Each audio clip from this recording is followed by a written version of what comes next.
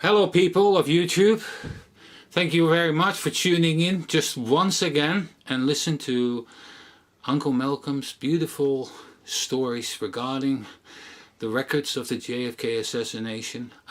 This is talk number 5 with the so-called decision, possible release of extra documentation of Joe Biden imminent by the end of this month.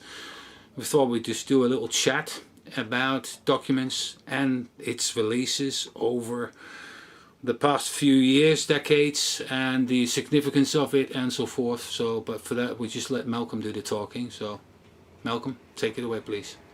Yeah, I think lost in a shuffle of the latest batch of releases, if and when President Biden releases those documents, is the fact that there was a major change policy within CIA in 2013, which nobody seems to recognize or acknowledge, and that was a contradiction of the Gates Directive, the Robert Gates DCI Directive of 1992, which was for a policy of more CIA openness, which I guess is an oxymoron, but Director Gates in 92 really instituted a fundamental change, which has not been sufficiently recognized, I don't think, and that was to promote within the agency and actually to make actually put another component into working at releasing documents, and that was the Historical Collections Division, which really started work in '93, I think, seriously, and they were given a mandate by Director Gates to be more flexible in regard to document releases, and the Historical Collections Division under J. Barry Harrison and John Pereira were negotiating, and their staff were negotiating, obviously, releases with the Assassination Records Review Board all through the tenure of the Review Board until they went out of business in 1998. That seemed to work quite well, certainly within, if you read the documentation, the ARB documentation, and you read the documentation that was released by CIA, their internal correspondence with the Review Board, the relationship didn't seem that bad. It looked to me as though there was an appreciation that efforts were being made on both sides, and certainly quite a few significant documents were released in that period. And then there was a commitment by CIA, the Collections Division, to continue onwards in regard to document releases. And they certainly wrote a paper which talked about Beyond 2000,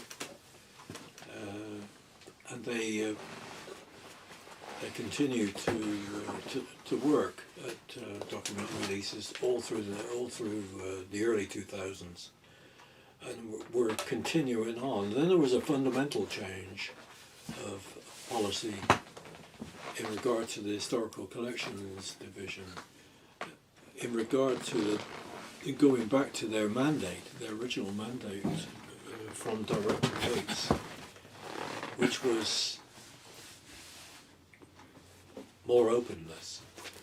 They actually started in around about 2009, I think it was, 2009, to start to go around the country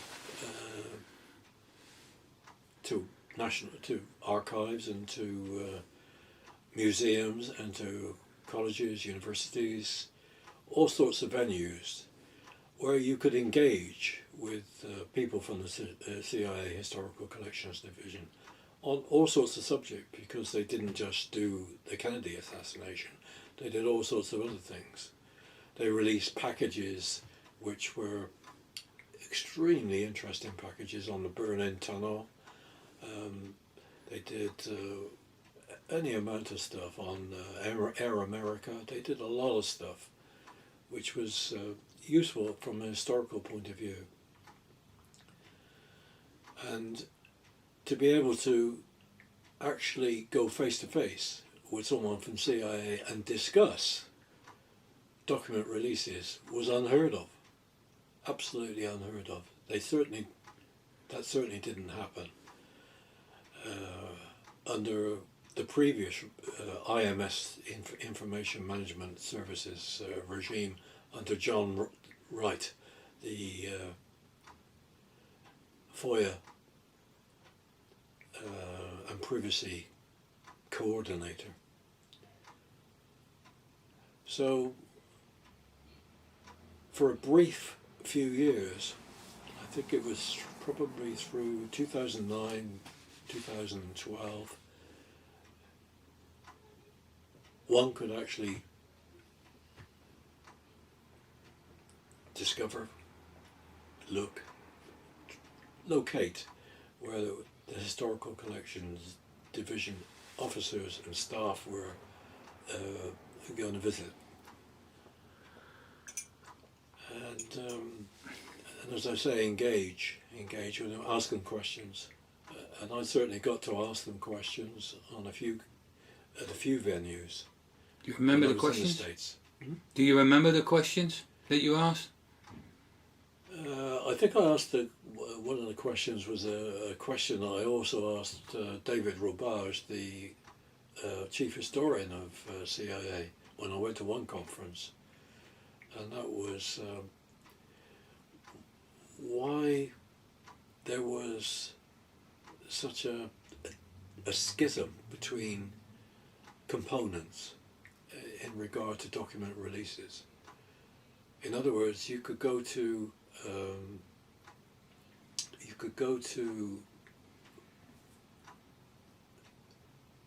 the historians, and they would say, "Well, yeah, it's okay to release X, Y, and Z." But then you go to another component, and they say, "Oh, no, that can't be released." And this was always a difficulty within the agency. I think different components had different readings about different documents at different times, and the Historical Collections Division was attempting to right that wrong. I think they're attempting to continue with a policy which was more consistent. In other words, they could actually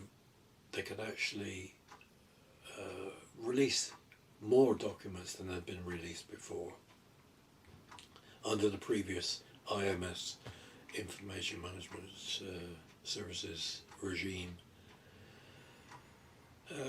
Of course, they ran alongside for a number of years. They were working alongside, being part of IMS themselves. They worked alongside the FOIA office, and but they were always, Director Gates had given them autonomy. In other words, they could do different things. They were their own boss, even within Information Management Services. So it was a jolt in 2013 when, because of a US government shutdown, and the so-called sequestration,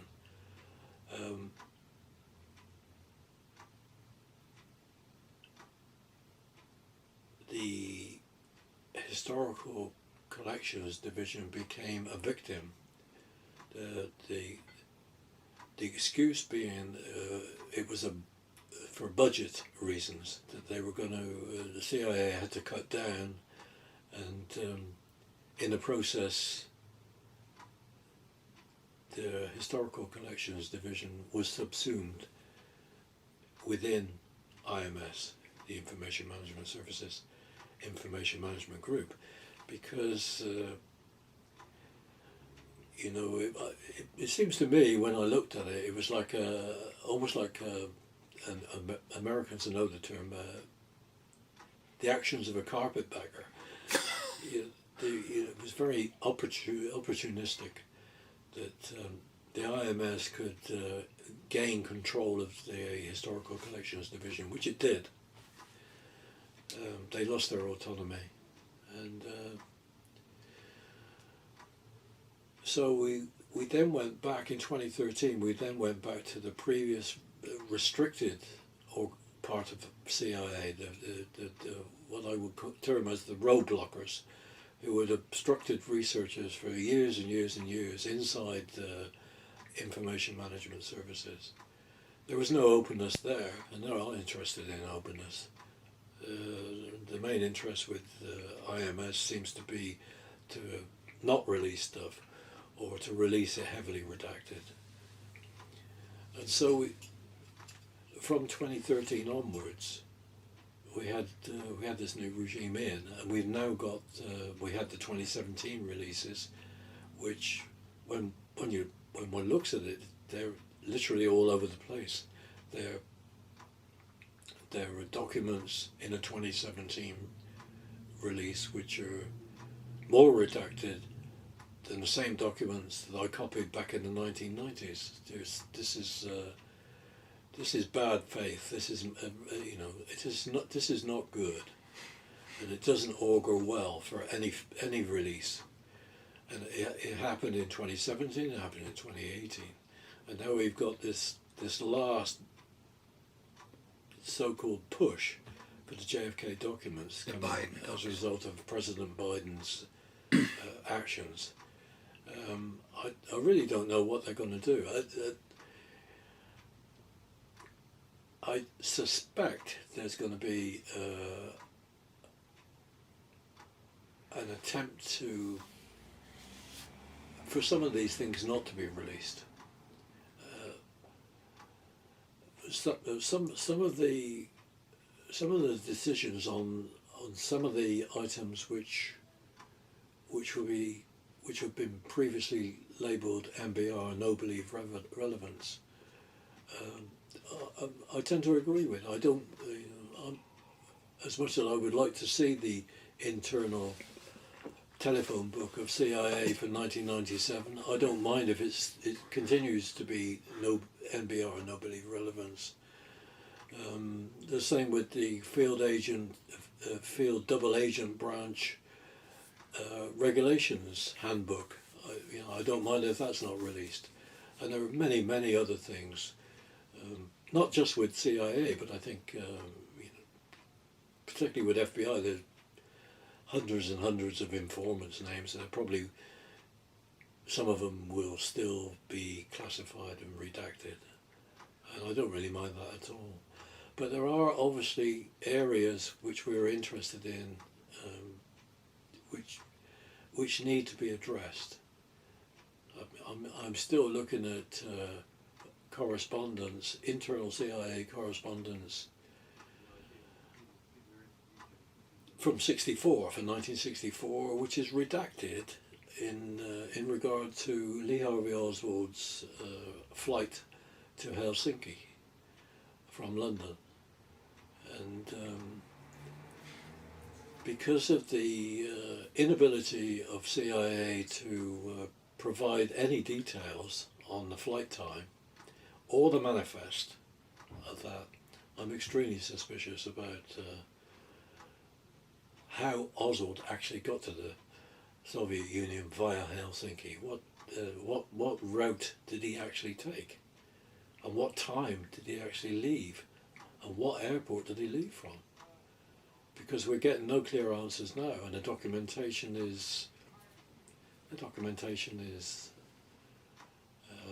redacted, and any language we see in the cables is very euphemistic, very vague. For instance, they talk about British travel records show. Well, you know, what British travel records? Can we see them? You know, I think after all these years we're entitled to see British travel records. They're named in documents. Let's have a look at them. So there's lots of stuff like that that really is relevant and stuff we need to see. And I am concerned that in the mix of all this stuff, all the releases, all the stuff that they're going to put out there, and they will undoubtedly, some material will be released. What concerns me is it'll be fogged up with meaningless NBR stuff, done as a disguise to hide relevant documents. That's my feeling, and I hope I'm wrong. And I hope President Biden does actually set to and release the relevant documents that we need to look at.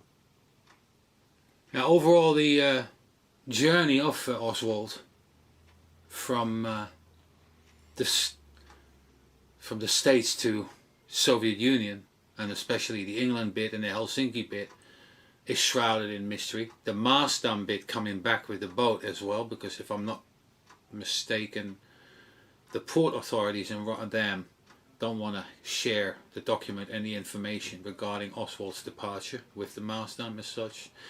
But the fact that somebody who sits every time, it's like, what was Oswald's earnings and what was he actually doing? Now, earlier I brought up the photographic equipment for someone with a crappy wage like he had as a manual labor, and then have all this red hot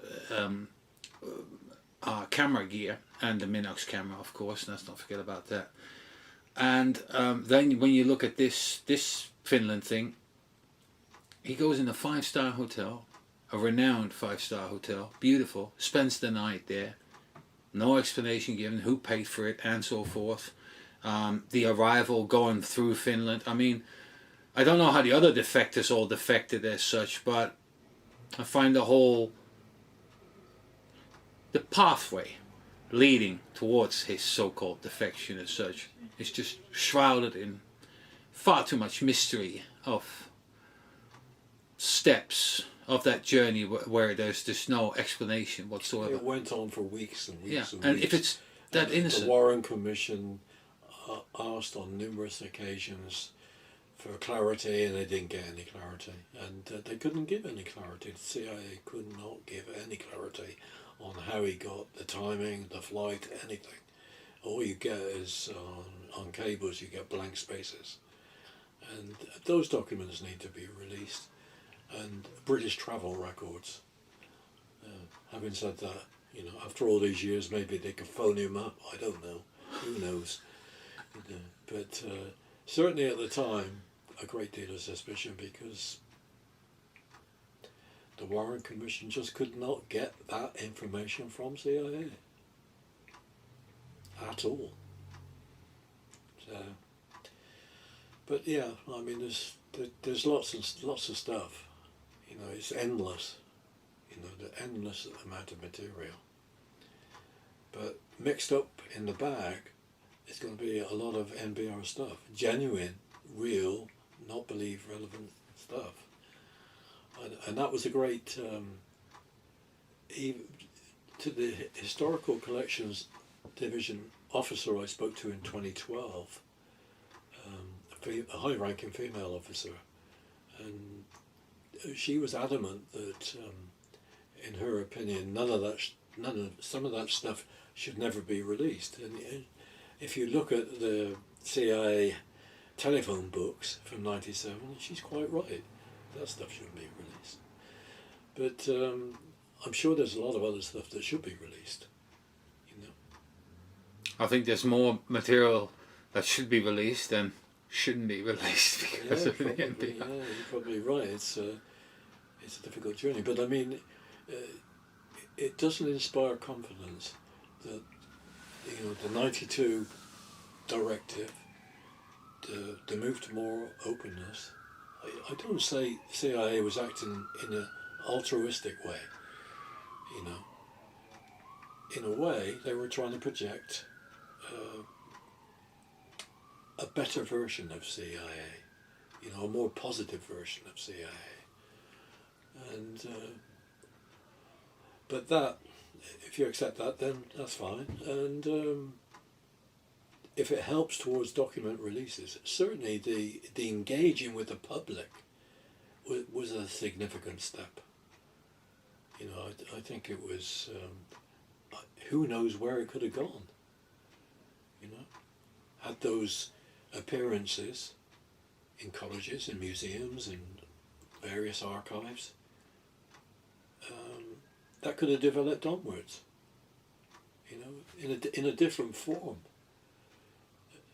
Maybe into engaging with groups of researchers, So it's. How long did this last? I mean, the Gates directive, if I'm allowed to call it like that.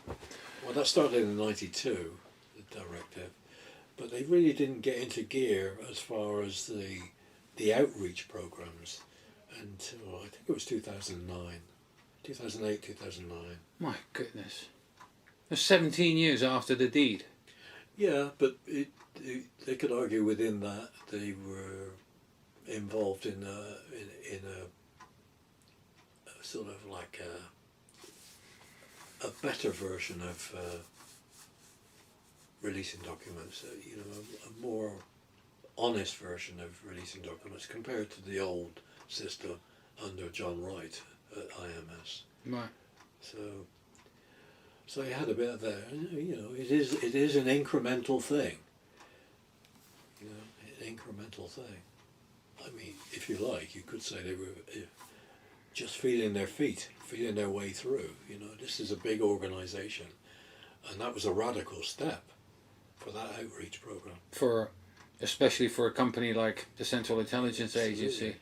Absolutely. I mean, and it was frowned on. You sort Quite of honestly, it was frowned on by the bigger. picture Yeah, the bigger the part, realm. IMS, the Information Management Group. This pipsqueak was doing this sort of stuff. It was not popular within. I mean, I it wasn't expect something like that maybe from the FBI, but not from the Central Intelligence Agency, just to put a remark out like that. And they were handing out all these packages, and they were expensive packages of magazines for these various things, like the Air America package and all sorts of the Berlin Tunnel package. There were any amounts of things, and I think they did work a bit later. They were working on the Jennifer project, which was the raising by the Howard Hughes ship of the Russian submarine. They declassified all that. So it's a sad loss, and I think we're yet to know exactly what we've lost there. But it's not acknowledged. It doesn't seem to be acknowledged by anybody that there was this fundamental change within the agency. What I find interesting, disappointing at the same time, is that it has taken this long with all these postponements, that last tranche of government documents, mostly CIA, that hopefully will be released by the end of this month. But at the same time, I'm disregarding all the crap with Trump and the delays and this, that, and the other. Other than he's been delaying and pushing it out for other people to pick up, or if he didn't make it the second term. But obviously none of what we found out with your collection as such is being brought up, because so we've got case files on Hunt and Morales, and no doubt there will be an interesting tidbit in there, this, that, and the other. But what absolutely is not being brought up is the fact that we found so many documents in your collection that have absolutely no online presence whatsoever. And I was really shocked at that. the amount is still very shocked. the amount is actually just mind-boggling, yeah, because I've got thousands of pages basically of material digitized in the collection, marked not online, that have absolutely no trace from the RIF numbers or are mentioned in the Federal Register. For those that don't know, the Federal Register is just a PDF document with a truckload, and I mean a truckload of PDF numbers in it. And they are like just open. And the funny thing is that you have a lot of documents that say open in full, and yet at the same time there's absolutely no mark, no trail, nothing regarding that particular RIF number is online. Not even the Federal Register number in that PDF. The best you'll get is a calculation from Google, because it has to deal with two minuses in between all the numbers, so it gives you a minus 20,000 number and change. But that to me is much more telling than, I don't know how many thousands of pages are missing. I mean, somebody did an article about this and attempted to point out how much was missing and the files, etc., that weren't released.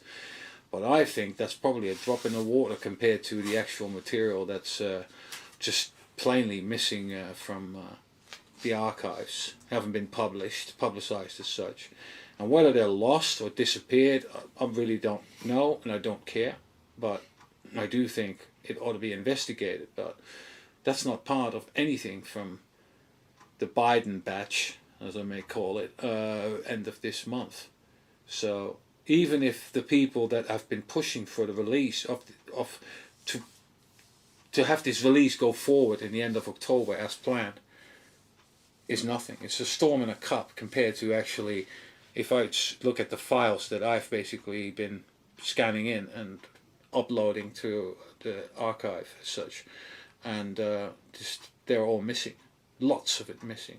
And it's, like I said before, it's all across the board. It doesn't matter which organization or which commission, there's just stuff missing.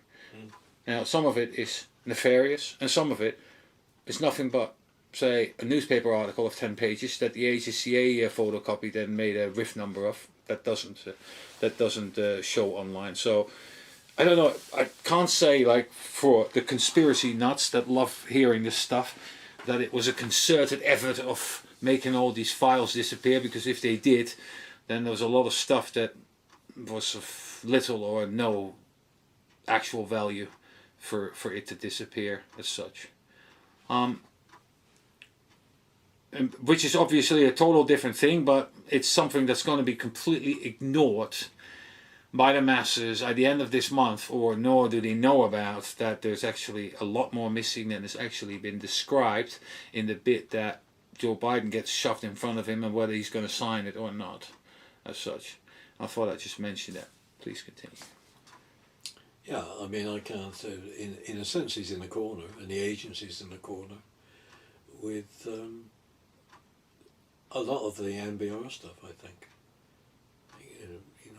We probably are going to find much of the NBR stuff really is NBR, and really touches on issues and documents that are still relevant to them. I remember that historical collection as historical review program officer saying to me that we were talking about proprietary companies, cover companies, cover issues. Yeah. And she said, just because it's old, it doesn't mean it's not relevant. So, and I, to a certain extent, I do accept that. I mean, I think I gave you a document ages ago, which you may have shared with Shane Sullivan. The Pullover Watch Company. The Pullover Watch Company, which is a gem, really. It's in between the lines, but yeah, it is. It is, because, if you forget about the fact that Belova Watch had a convention at the Ambassador Hotel when Robert Kennedy was speaking that night, just take the dates in that document, and it goes right back to the interest in Belova Watch as a cover company. Go back to the beginning of CIA, 1948. That's extraordinary. It just goes on and on and on. So I could quite see where that lady's coming from. You know, just because it's old doesn't mean to say it's not relevant. You know. Oh, I agree. And it seemed to me from the discussion I had with her that quite a lot of the concerns were on that issue, you know, companies, the release of companies, proprietaries, household names, probably. You reckon it's in that tranche? I think it's probably in that tranche.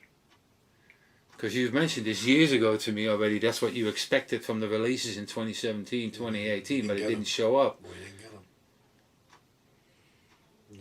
No, that's an area which is still very sensitive. Well, of course. Well, you can see that on the, you know, in the documentation on the Ramparts article. You know, the Ramparts article we talked about this week. You know, and it's still. I think you looked it up online, and even the later releases are still redacted to hell. Page after page after page of redactions of the companies that CIA had an interest in, companies and corporations, and, you know, foundations and all sorts of stuff. So it's an ongoing process trying to discover, find one's way into that stuff. It's very difficult. Yeah. Very difficult. No, it's also a long way from Dealey Plaza. But ain't that the truth? Yeah. What's the relevance here? Yeah, what's the relevance? That's right. Well, yeah, they could hide that under NBR, obviously, unless there is evidence of one of these companies. You see, where it becomes not NBR, it's when you get something like the Belova Watch Company having a convention, and we know that they have a relationship with CIA. And then RFK. RFK gets assassinated the night, or during a period that Belova Watch have a convention at the Ambassador Hotel. It's like, you know, stuff that, you know, they wouldn't be happy about releasing. No, obviously not. I mean, that would look really bad when it gets investigated and researched and all of a sudden go there, but that's a CIA affiliated company, while the I say affiliated, it's just like, you know, I think corporations and companies, if the agency comes knocking on the door, they're not going to say no. They're not really affiliated, but they're not going to say no. You know, and from the agency's point of view, it's very, very indeed really useful to drop people in for cover purposes at any time. You know, assuming that some of these companies and corporations and proprietors are multinationals and, you know, they operate in different countries, CIA would be derelict not using them. But certainly back to 63, I think it would be quite interesting to see some of the connections. You know, the book, Lagana's book on Scorzini goes into a lot of these front companies and proprietaries, the stuff that Scorzini, Lagana calls the Scorzini network, and that's fascinating to watch that. I mean, that's one. I mean, a lot of people really can't follow that, but I mean, I understand where he's coming from in regard to if you're setting up an assassination, then this is the type of vehicle you would use, you know, for funding, for moving people around, for hiding people. Yeah, I can see that. Yeah, Uncle Otto is a very interesting person, if I have to say. Say so myself. Well, let's put it this way, Bart. He's the last person I would want to meet in the dark alley. Well, maybe in that age, in the 60s, I could have had him, but yeah, I know what you mean. And the network he had around him. I read 2 books about him. Yeah. And he was well connected, I've got to say, just overall. He was well connected because he played this part of the Middle East. He lived in Spain for a while. I think he died in Spain. But he was heavily involved in Syria, in Israel. All these things, projects he was working for in the Middle East, all in the 60s. But yeah, interesting guy. What's the point of all this? Let me just ask a really stupid question. The point of getting all these documents released with redacted info and bits that have been reclassified for 1,000,000 times, sorry for exaggerating, but that should have been released back in the 90s already, yet here we are, 2021, and we're still messing about some documents about some individuals who may have done something. I doubt it's going to be released, and if it is going to be released, the bad bits, the juice, will be all blackened out, obviously. I just wonder, because I always thought the legislation was so tight. It wasn't. That there was just no way they were going to wriggle out. What Trump did was already breaking protocol. Yeah, absolutely. I wouldn't say that. I don't know whether it was the law, but he did break protocol. The stuff should have been released at that point because the paperwork for the JFK Act, which you have, by the way, it is in your archive, and the stipulations of it clearly said that it had to be released then, and I didn't see any space left over for any delays, and because come on, they left it in a safe for 2 decades, and then in the last 5 years they basically started thinking, look, listen, in 5 years we've got to release all this stuff. So they'll go, right, let's get a delay, postpone this stuff as much as we can because we're not ready yet. Because obviously it's just a ginormous amount of paper, and even though with a ginormous amount being released, there's still a ginormous amount basically waiting to be released as such. Yeah, but and also I think it's fair to say that we've also lost a great deal over the years. Stuff that's been destroyed. We talked about the '66 Secret Service destruction of files by James Mastrovito when he was tasked by Chief James Rowley. Not many know this. To consolidate that, to consolidate the JFK files, and 2 filing cabinets, at least 2 photo filing cabinets were junked. That was in '67 already. 66. Oh, 66. 66, and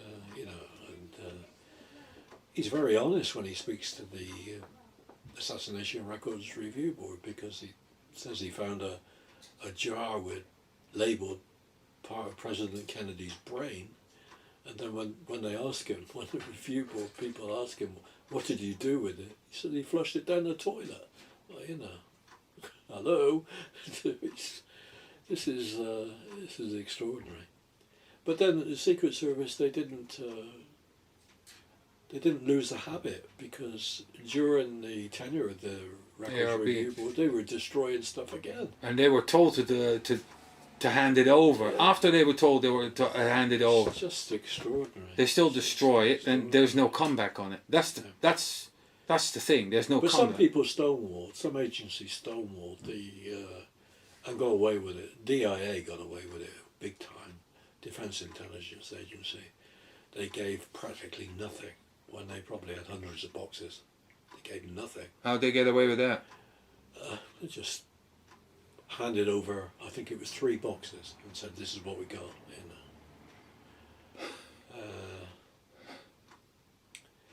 how that was a proper search for JFK records, I don't know. And then we had the US Customs, of course, and the destruction. When the staff attorney, I think Ron Harron, talked to US Customs about their files, it was very strange. It was like, well, they went into a warehouse here, somewhere in Texas, and nobody, they've probably been destroyed. I mean, it's just a tremendous litany of destruction we've got. It's just endless. I tried to tell Jeff Morley this recently. It's endless, absolutely endless. Have we got anything left at all? I just don't know. What about FBI? I think less so. I think I mean, the problem with the FBI is the sheer volume. 300 boxes? It's Or? the stuff at the National Archives is like, I don't know, 800 to 1,000 field office files, and then you've got all the other ones. They've got lots of other boxes of individual files, headquarter files, on people that we were interested in, George de Marshall, the Paynes, you name it, anybody in the case, they've got boxes of files on. So, but with them it seems to be, with the Bureau it seems to be informants. They're concerned more about informants, sources. There's a lot of redactions on those. But there again, there's a lot of stuff that was never followed up, because particularly when you looked at the original early JFK reporting coming out of the FBI, it was they had witnesses they just didn't follow up on. It was like, they would write on it, no lead, in other words, don't follow up. Or then you would get something from headquarters, UACB, do not follow up unless authorized from the Bureau, So we had all that stuff, and then you had the FBI denying them the fact that an espionage file existed on Oswald, when in 1959, when he defected, there was a flash message sent to the espionage section. They released that, so they tell you there's a flash message, there's a defector. If they didn't have a file on Oswald, and I suspect they had one before he defected, they would have had one then when he defected, because that's what the flash message says. And that's the 65 Files. yeah, the espionage files. There, okay, 65 relates to espionage. Yeah. What's so special about these files? Those files are, they've released a few belonging to different people. I think they've released on William Gourdet, espionage files on him, because obviously he worked for CIA as a contract agent, and in different countries. And what you see on the page is just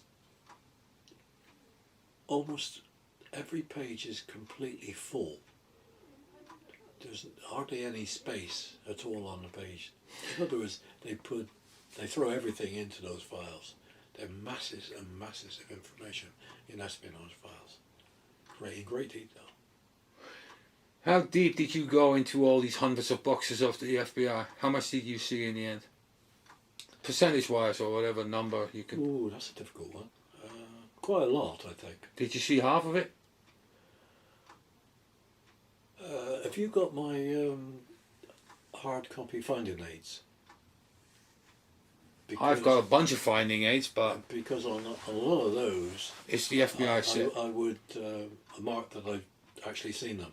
Okay, I'm going to have a look at that. Yeah.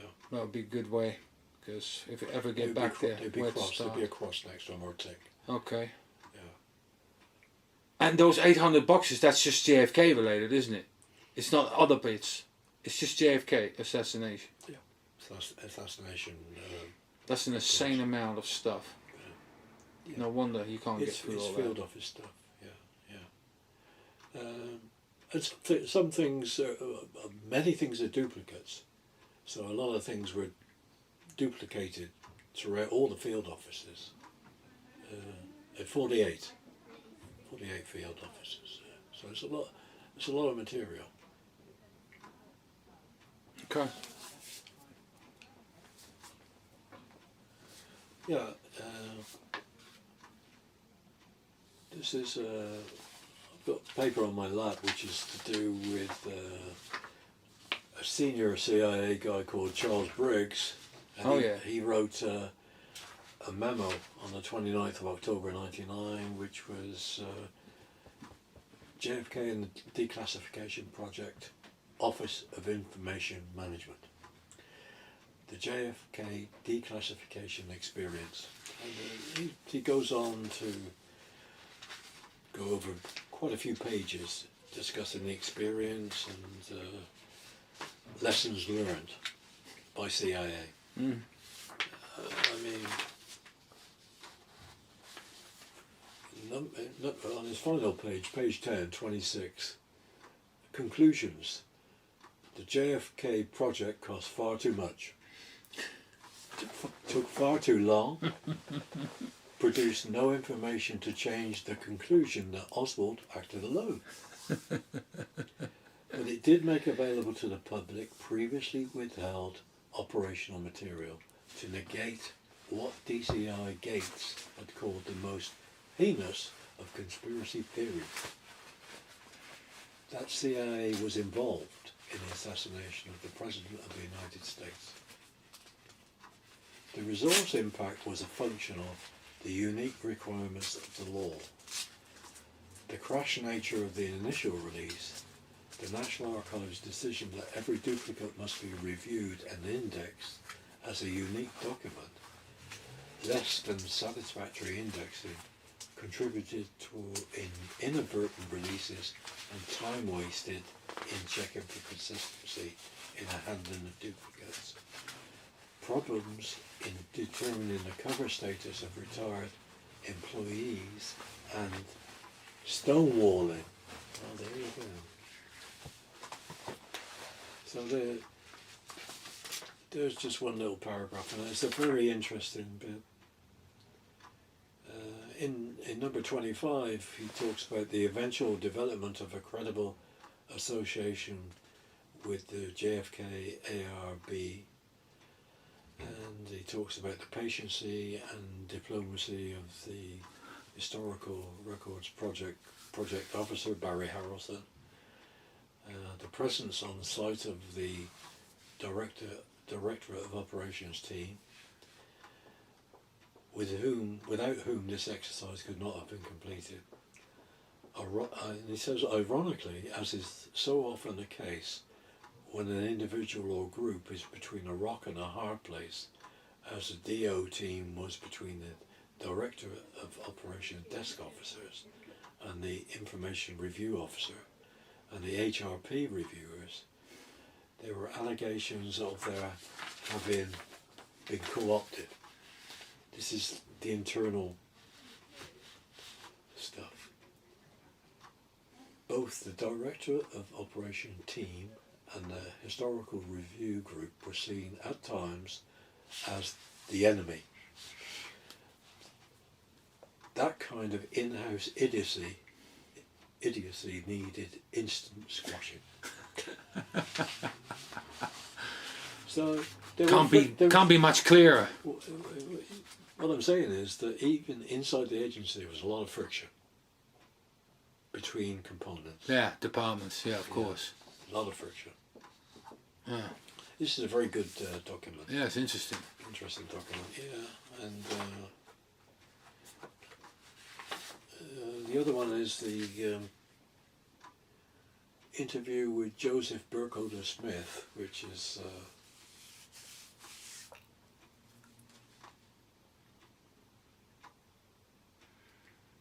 which I got and copied in 1990. I think I got it in 1997. Long time. And then it was re-released under the new under the 2017 release. Yeah. And this document is Heavily redacted.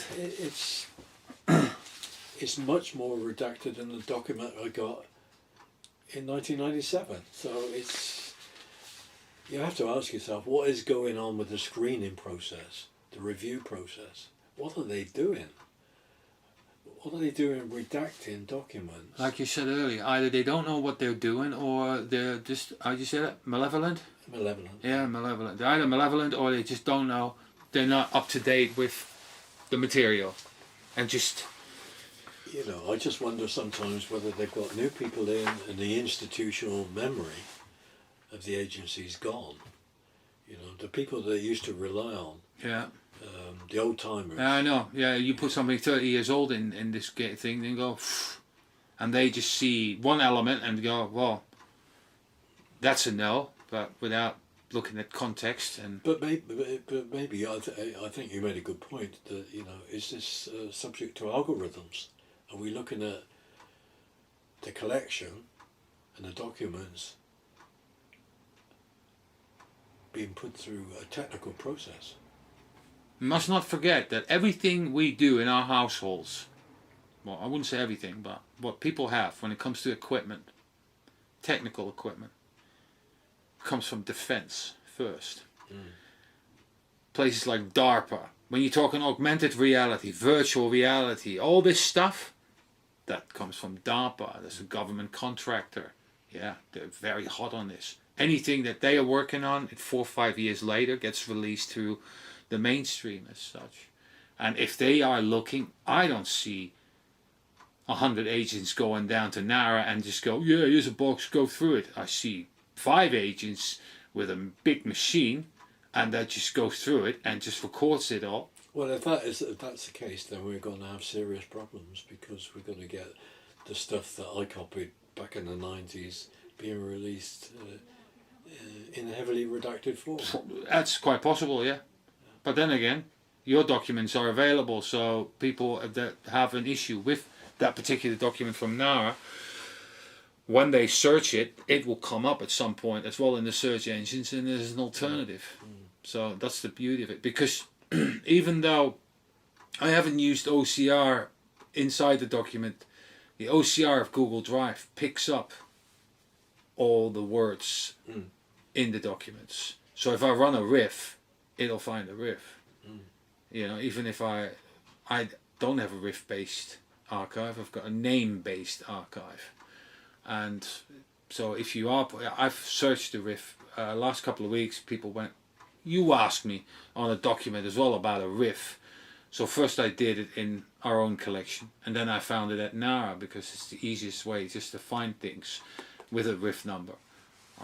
But sometimes, because we have documents in your archive, a large percentage of it without a riff sheet, because time, money, but also other archives that have documentation that doesn't have a riff sheet as such. So I just had to find a law of averages approach, and I thought, you know what, I'm just going to put the most important names in the title of the document to make sure they get picked up. Now in hindsight I can say, but if it's in the document, it will get picked up anyway. It was just a safeguard that I put in place 2-3 years ago. But now I really see the functionality of the archive at work and doing its job. Because also I find documents that with a title where I go, what's that got to do with that person? And it just happens to be a list of something, and on the last but one page his name is mentioned. So it does find the things that it needs to find when you go on a name basis.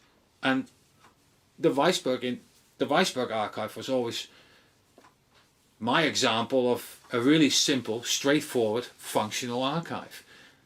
And that's what you want. I mean, Bill Simpich said to me, I like to be distracted. And I was like, I absolutely do not want to be distracted. I want a Google style interface without any distractions, pictures, this, that and the other, funny memes, or click on this, da da da da. No, it has to be focused on the research only. I'm not sure if other people are too happy with that, but that's tough. And I find that for searching things, it's the best thing. It's what made Google a massive success, because they still don't have many distractions when you do a search as such. And that's what makes it so incredibly successful. It gives you what you're looking for. Yeah. Instead of going, oh, there's a picture with a guy in blue paint, oh, let's click in this. No, that's not what I want, because again, that's like almost like they want to distract you. And I just want that thing just be very basic and incredibly searchable. At some point there will be a different website created for those files with a different system in place. But for now, this will do quite nicely, and it's quite functional. So, and you know, the people will find out in end of November when it comes out, and they can all have a good go at it, and I'll just await the feedback from a group of people. And If you separated the archive, like you've got Harry's archive and then you've got oh yeah, archive. oh yeah, Okay. oh no, every person has its own box. Okay. So John Callan sent me a bunch of documents that I still have to share with people. I've got a folder for him. Harry, of course. The audio is in there. The video are all done separately. I just put them in my Meet the Lone Gunman YouTube channel. But yeah, your files are just in one folder, and then you're looking at folders like FBI, CIA, and then in, say, FBI, you've got all the subfolders. So you'll have Hosty, you'll have Bookout, you'll have De Brois, you'll have Hoover, you'll have anyone basically with documentation. And most of the time I basically do it like the person who writes the document owns the document, so it goes into his folder, unless it's some insignificant idiot that writes a letter and I don't have a folder for him, so then I say, oh, he writes a letter to Hoover, so I'll just put it in the Hoover folder as such. Yeah, I think it works well, and I think it's going to surprise a few people, and the amount of information with whatever subject there is available for people to look at. The only thing is, what we need is interest, and people have to have the balls to do so and say, okay, I'm going to put my book aside and now I'm just going to see and try and read this document. I mean, it can be intimidating for some people. All of a sudden you get all these different letter types and documentation and scribbles on it. But for starters, if I were to go through that stuff, just focus on the body of the material. For starters, just read the message, what it says as such. You don't have to know, oh, this scribble belongs to this person and he did this, that and the other, because that's quite deep and that will take a lot of time. I mean, that's my thing. I've had to, from a time management perspective, I've always said, scan it in, get it over and done with, and recognize it, just mark it with what it is, the date, this, that and the other, and move on to the next one, because there was always the deadline of papers being moved and so forth. So I always thought, this is tantamount to get it recorded and digitized, because I can always title it and store it at a later date. The bottom line is I've got it covered. I've got a good digital copy of it, or actually 3 digital copies of it, and I don't have to worry about this document disappearing, or it can disappear because I've got plenty of copies of it as such. That was my main idea, and so far, yeah, it's doing alright. It's just a lot. But yeah, I think people will be surprised in the amount of documentation that is just not online. That's just the one, that's the biggest surprise of the whole thing. And I know that Joe Bax has done some really valuable work. He did the other day he did a document on Facebook where he showed the original, the redacted form from the 27 or 2018 tranche of document. And then there's the document that you basically pulled out a few years prior. And there's at least 80% less redactions on it as such. This is just, I'll send it to you. But it was just really surprising. And for the listeners at home, basically, there's about, in the whole collection, there's only about half a dozen documents that are like that have been reclassified after Malcolm picked it up from the archives as such. But there are important documents to point out that there has been some element of reclassification going on after or just before the actual releases as such. And I remember Morley writing about it. He wrote about it in 2015 and 2016 about all these matters as such. So that was actually a good introduction to all the shenanigans. Well, CIA related shenanigans as such. So. Yeah, I mean, it's, for me, it's like, there is an element within the agency which doesn't seem to act with good intentions, whereas, and that's the information management group, information management services, which are now in charge of the process of getting documents released. In comparison with that, the historical review group, historical review program, historical collections division, 3 names really for the same outfit, and who were attempting to be somewhat impartial in their releases. In other words, they were trying to play fair. They were trying to get documents released. And they paid the price. In 2013, they paid the price. They lost their independence. They lost their freedom of action. And now we're having to deal with the aftermath of that. Yeah. I mean, I don't think a lot will come out of it. I hope, but I have high hopes, especially after the releases in 2017, 2018, and the way it was done.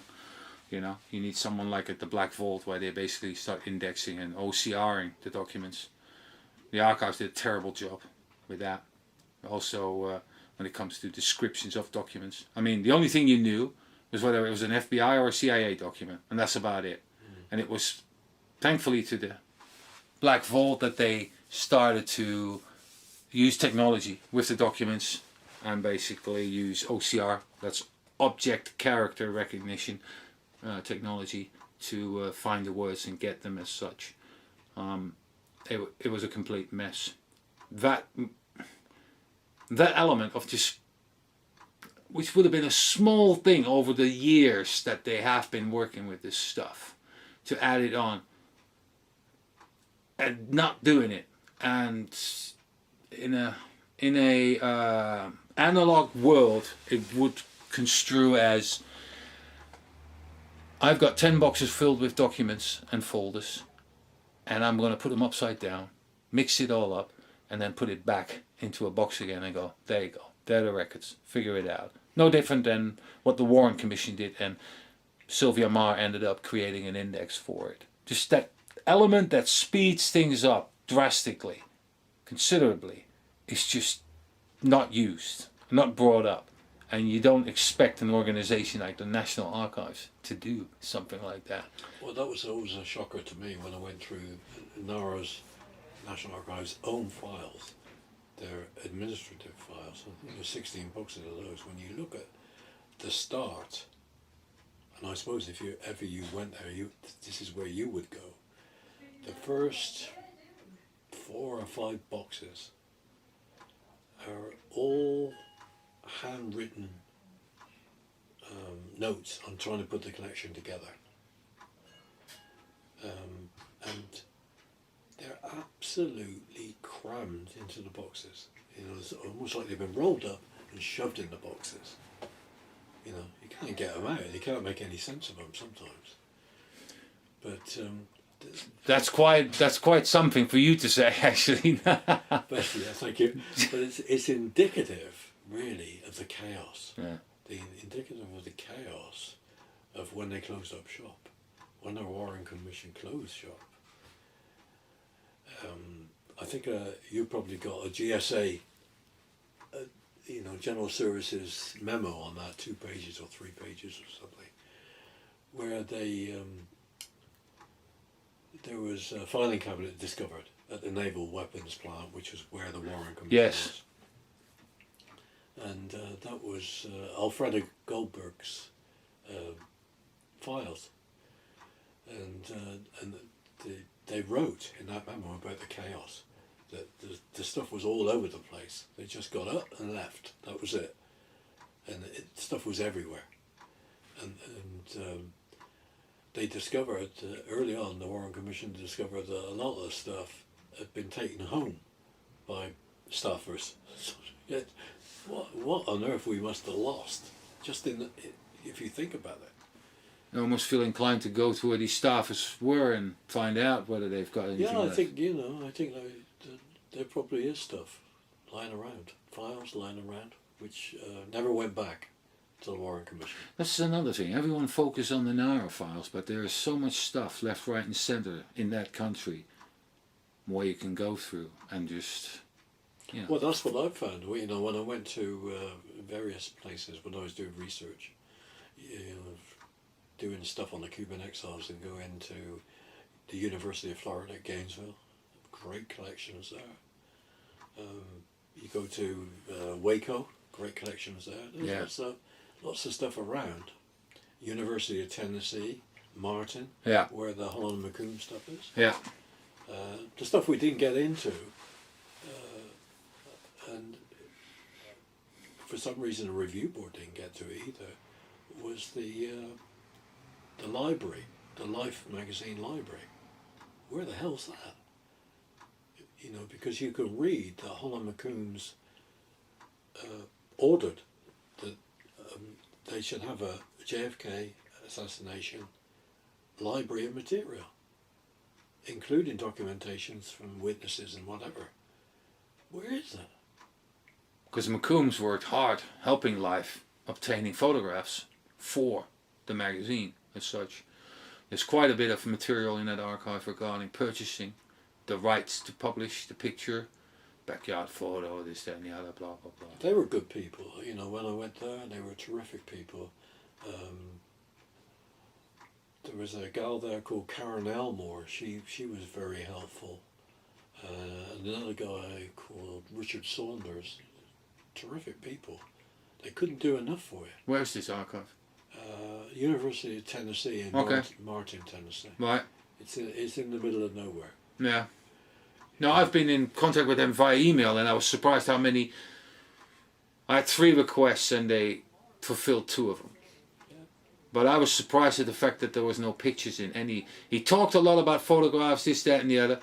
There's not one JFK assassination related photograph. You have to realise that what they have at UT Martin is only the first tranche of material.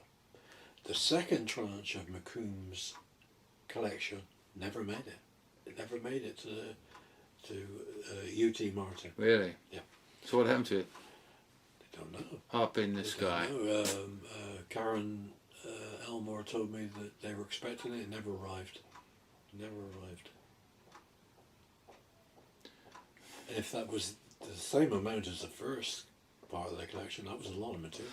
Well, I was really impressed with the photographs he had on Dallas from 100 years ago and things like that. And that they scanned in for me without no problemo, and they scanned it all in like an old tea fort in front of what is now Dallas Fort Worth airport, and it's just bare land, it's just bare. God. And there's this one in a tea fort right in front of it, and you go in the facility of that Dallas Fort Worth airport. Yeah, it was quite interesting. Yeah, they were very helpful, I've got to say, but then the trail went dead. Same for me, marvellous. After a while they just go, see you later. But yeah, no, but I find outside Nara, there's a lot of material to be had. I think you're right, and people on the other side of the fence have very good suggestions about where to look. I think somewhere in the files I have on Max Holland, which his correspondence with the Assassination Records Review Board, he gave a long list of private collections where you could find JFK stuff. So like even in people that are the other side of the fence, you do get useful information. Yeah. Yeah. The problem is that you've got to read through it all. Because I got it late. I don't think I ever went down that list physically. You know, it's almost too late. If it had been a few years earlier, I would have gone round. Done a little tour. Done a little tour. Well, on that note, gonna call it a day, and until our next recording, thank you very much for watching. Please subscribe, leave a comment, whatever you want to do. Thanks a lot for watching, and we'll see you for our next talk, hopefully later this month or early next. Until then, bye bye.